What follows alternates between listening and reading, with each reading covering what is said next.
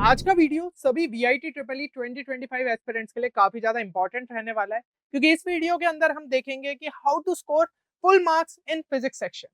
अब यहाँ पे जो है हम हर एक चीज यहाँ पे डिस्कस करेंगे कि फिजिक्स सेक्शन के अंदर हमें कितने क्वेश्चंस देखने को मिलते हैं, उसका सिलेबस किस तरीके से रहता है, कौन से रिसोर्सेस आपके लिए सही रहेंगे, क्या चीजें इंपॉर्टेंट है, हर एक चीज इस वीडियो के अंदर आपको देखने को मिलेगी। तो वीडियो को एंड तक जरूर देखिएगा। और देखिए, यहाँ पे अगर आप जो है दूसरे सब्जेक्ट्स के लिए भी सिमिलर वीडियो चाहते हैं, भलाई वो आपका केमिस्ट्री हो, मैथ्स हो, एप्टीट्यूड एंड इंग्लिश हो, तो आपको इस वीडियो को जो है सिंपली लाइक करना होगा। अगर हम 200 प्लस के जो है लाइक्स का टारगेट यहाँ पे पूरा करते, तो नेक्स्ट सब्जेक्ट का वीडियो आपके लिए जो है जल्द से जल्द यहाँ पे रिलीज किया जाएगा। तो अभी तक अगर इस वीडियो को लाइक नहीं किया तो जरूर से लाइक कर दीजिएगा। एंड एक चीज को आपको यहाँ पे समझना होगा कि बीआईटी ट्रिपल ई जो आपकी एग्जाम है, उसके लिए मुश्किल से जो है एक आध महीने का हमारे पास टाइम बचा है। तो अगर इस एक महीने को हमने बहुत अच्छे तरीके से यूटिलाइज कर लिया तो इस एग्जाम को इजीली क्रैक किया जा सकता है और वेलोर के अंदर जो है एडमिशन पाया जा सकता है, जो कि आपका यहाँ पे पेरेंट कैंपस हो जाता है। तो उसके लिए हमने रिसेंटली यहाँ पे जो है BIT triple E 2025 crash course batch 2 आपके लिए लॉन्च किया था। तो अगर आपने इसे अभी तक चेक नहीं किया तो जरूर से चेक कर लीजिएगा। इसके अंदर जो है आपको वीडियो लेक्चर्स मिल जाते हैं which is divided into 3 parts, जिसके अंदर PCM unit wise lectures are there, then exclusive short tricks have been covered and aptitude and English section is also there. और इसके साथ जो है आपको एक एक्सक्लूसिव क्वेश्चन बैंक मिल जाता है for all the subjects and साथ ही साथ जो है शॉर्ट नोट्स मिल जाते हैं for physics chemistry maths and 10 यहाँ पे जो है काफी ज्यादा रेलिवेंट मॉक टेस्ट भी आपको देखने को मिल जाएंगे। And the special thing about the course is कि course has been completely recorded in English language, so there is no language barrier for non Hindi speaking students. और यहाँ पे बाकी कोर्स से रिलेटेड कोई भी क्वेरी है तो गिवन नंबर पे आप हमारी टीम को यहाँ पे कांटेक्ट भी कर सकते हैं। अब यहाँ पे जो है सबसे पहले तो एग्जाम पैटर्न पे नजर डालते हैं फिजिक्स सेक्शन के लिए।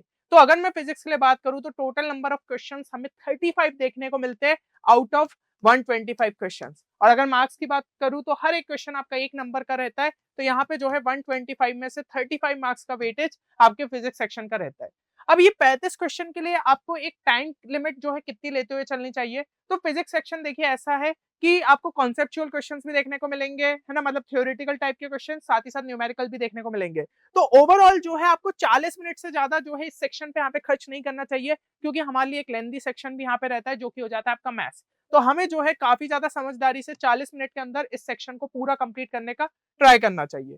अब यहाँ पे जो है अगर सिलेबस की मैं बात करूं और जो आपका यहाँ पे मतलब कि मार्क्स डिस्ट्रीब्यूशन किस टाइप का जो है देखने को मिलता है, तो क्लास 11th का जो आपका यहाँ पे सिलेबस रहता है ना, वो सिर्फ 10 से 15% के आसपास रहता है और इतने ही जो है मार्क्स का आपको जो है पेपर के अंदर देखने को मिलता है। और क्लास 12 की अगर मैं बात करूं तो यहाँ पे 85 to 90% जो है सिलेबस आपका क्लास 12 का ही रहता है। तो हमें क्लियरली समझ में आ रहा है क्लास 12 हमारे लिए बहुत ज्यादा इंपॉर्टेंट रहने वाला है। फिजिक्स में हमें जो है क्लास 12 का कोई भी चैप्टर यहाँ पे छोड़ के नहीं जाना चाहिए। अब अगर हम क्लास 11 के चैप्टर्स पे नजर डालें तो यहाँ पे आप देख सकते हो जो आपका यहाँ पे यूनिट 1 करके दिया हुआ है ना, यूनिट 1 करके दिया हुआ है आपके ब्रोशर में कह लीजिए या फिर सिलेबस में कह लीजिए, उसमें जो है आपके क्लास 11 के ही चैप्टर्स यहाँ पे दिए। सबसे पहले अगर हम देखें तो law of conservation of linear momentum and it's applications, है ना, जो कि हम यहाँ पे देखते हैं एनएलएम के अंदर देखते हैं, तो एक सिंपल सा टॉपिक है। और उसके अलावा static kinetic friction, laws of friction, ये सब जो है आपके लिए इंपॉर्टेंट है। अब इसमें एक जरूरी सी चीज यहाँ पे समझ लीजिए कि एनएलएम के आपको बेसिक्स यहाँ पे क्लियर रहने चाहिए, जैसे कि एफबीडी किस तरीके से बनाते हैं, है ना, आपके जो है फोर्सेस किस टाइप के यहाँ पे रहते हैं, क्योंकि फ्रिक्शन के बारे में ही ज्यादातर चीजें दी है, लेकिन अगर एफबीडी ही बनाना नहीं आता तो फ्रिक्शन वाले क्वेश्चंस कैसे सॉल्व होंगे। तो ये चीज को थोड़ा सा यहाँ पे समझना पड़ेगा। फिर work done by constant force, मतलब कि वर्क पावर एनर्जी जो है आपका यहाँ पे पूरा ही लगभग चैप्टर हो जाएगा ना, कंजर्वेटिव फोर्सेस, फिर आपका कंजर्वेशन ऑफ मैकेनिकल एनर्जी, ये सब हो गया। फिर आपका सर्कुलर मोशन में जो motion in a vertical circle वाला टॉपिक होता है जिसके अंदर वर्क पावर एनर्जी ही इन्वॉल्व रहता है मेजरली, तो वो भी आपको यहाँ पे दिया है। बाकी कोलिजन हो गया आपका इलास्टिक एंड इनइलास्टिक कोलिजन, इसको देख लीजिएगा।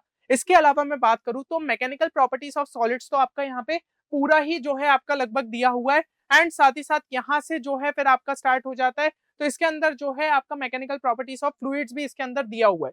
तो ये दो चैप्टर को जो है आपको जरूर से यहाँ पे करके चले जाना चाहिए। हीट एंड थर्मोडायनेमिक्स की अगर मैं बात करूं तो वो भी जो है आपका यहाँ पे पूरा ही चैप्टर जो है दे के रखा है, ठीक है ना, थर्मोडायनेमिक्स भी दे के रखा है और यहाँ पे जो आपका थर्मल प्रॉपर्टीज ऑफ मैटर कह लीजिए या फिर हीट कह लीजिए, उसके भी जो है यहाँ पे टॉपिक्स दे के रखे। तो ये सारे टॉपिक्स आपको जरूर से यहाँ पे करके जाना चाहिए। अब इसके बाद नेक्स्ट अगर हम जो है क्लास 12 के चैप्टर्स की यहाँ पे बात करें तो क्लास 12 के आप देख सकते हो ये सारे सभी चैप्टर्स जो है आपके यहाँ पे लिस्टेड होते हैं, है ना। तो ये सब आपको अच्छे तरीके से करना है। इलेक्ट्रोस्टैट्स हो गया, कैपेसिटर हो गया, करंट इलेक्ट्रिसिटी हो गया, मैग्नेटिक इफेक्ट ऑफ करंट हो गया, इलेक्ट्रोमैग्नेटिक इंडक्शन हो गया, alternating current, EM waves, ray optics, wave optics, modern physics और सेमीकंडक्टर। स्पेशली अगर मैं बात करूं मॉडर्न फिजिक्स की हो गई, आपका सेमीकंडक्टर हो गया, ईएम वेव्स हो गया, इनसे क्या है थ्योरेटिकल क्वेश्चन ज्यादा देखने को मिलते हैं। तो इनका जो है आपको थ्योरी अच्छे तरीके से यहाँ पे जरूर से कर लेनी चाहिए। और बाकी इसमें भी आपके थ्योरेटिकल क्वेश्चन यहाँ पे पूछे जा सकते हैं। और कुछ जैसे कि डिलीटेड टॉपिक्स रहते हैं ना हमारे जेई मेंस के, जैसे कि हो गया आपका रेडियो एक्टिविटी हो गया, क्योंकि वो अब जेई मेंस से हट चुका है, मतलब मॉडर्न फिजिक्स से हट चुका है। ट्रांजिस्टर हो गया जो कि सेमीकंडक्टर से हट चुका है। पोटेंशियोमीटर हो गया जो कि करंट इलेक्ट्रिसिटी से हट गया है। लेकिन ये सब टॉपिक्स आपको यहाँ पे वीआईटी ट्रिपल ई के सिलेबस में देखने को मिल जाएंगे एंड क्वेश्चंस भी यहाँ पे जो है पूछे जा सकते हैं। तो इन टॉपिक्स को ऐसा छोड़ के मत जाइएगा, जरूर से कर लीजिएगा।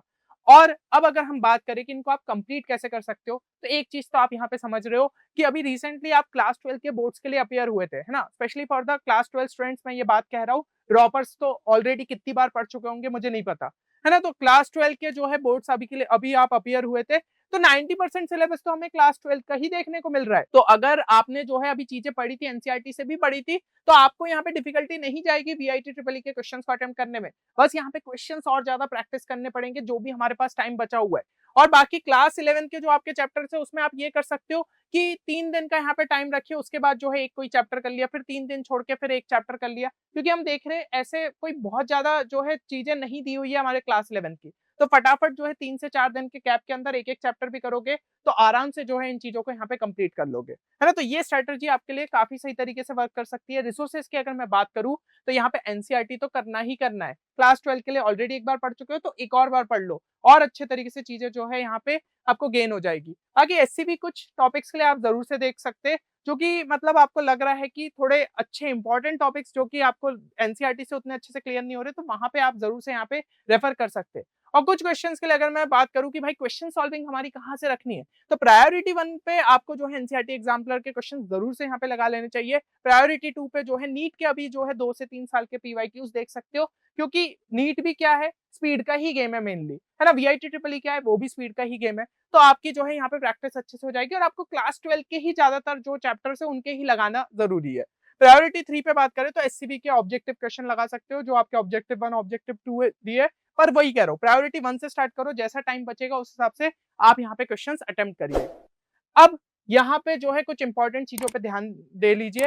सबसे पहली चीज है कि सभी इंपॉर्टेंट फॉर्मूलाज जो है एक सेपरेट कॉपी में लिख लेना फॉर द फाइनल रिवीजन, क्योंकि आपको ना फॉर्मूला याद रहना बहुत ज्यादा जरूरी है। एग्जाम टाइम पे आप ये रिस्क नहीं ले सकते हो कि मैं कोई फॉर्मूला भूल गया।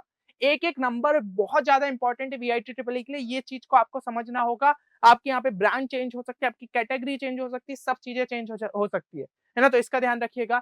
और जितने इंपॉर्टेंट यहाँ पे थ्योरी पोर्शन जैसे मॉडर्न फिजिक्स उठा रहे हो, थ्योरेटिकल चैप्टर स्पेशली उठा रहे हो, उसमें अच्छे तरीके से हाईलाइट कर दो रेड लाइन से कि ये एक बहुत ही इंपॉर्टेंट लाइन है कि ये चीज क्यों होती है ना, या फिर ये चीज जो है इसमें कंट्रीब्यूट करती है। तो ऐसी चीजों को जो है अलग से हाईलाइट कर लेना, क्योंकि इस पे थ्योरेटिकल क्वेश्चन आपके बन सकते हैं। तो ये चीज आपको जो है फाइनल टाइम के रिवीजन के लिए भी बहुत ज्यादा यूजफुल रहेगी। और देखिए कैलकुलेशन पार्ट पे जो है वर्क करिएगा। अभी जब क्वेश्चन सॉल्व कर रहे हो तो न्यूमेरिकल को ट्राई करना है, जितना जल्दी हो सके उतना जल्दी सॉल्व करे। कुछ अप्रोक्सीमेशन लेना पड़े तो वो भी आप यहाँ पे ले सकते हो, है ना।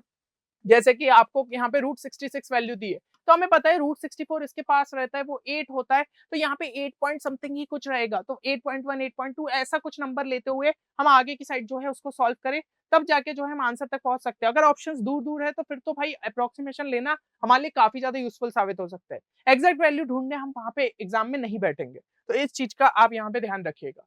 अब एक फाइनल चीज जो है कमेंट सेक्शन में जरूर लिख के जाइएगा कि आप टारगेट स्कोर जो है फिजिक्स के लिए कितना लेते हो चल रहे हैं आउट ऑफ 35, ठीक है ना। 35 नंबर का जो है हमें सेक्शन देखने को मिलेगा फिजिक्स का।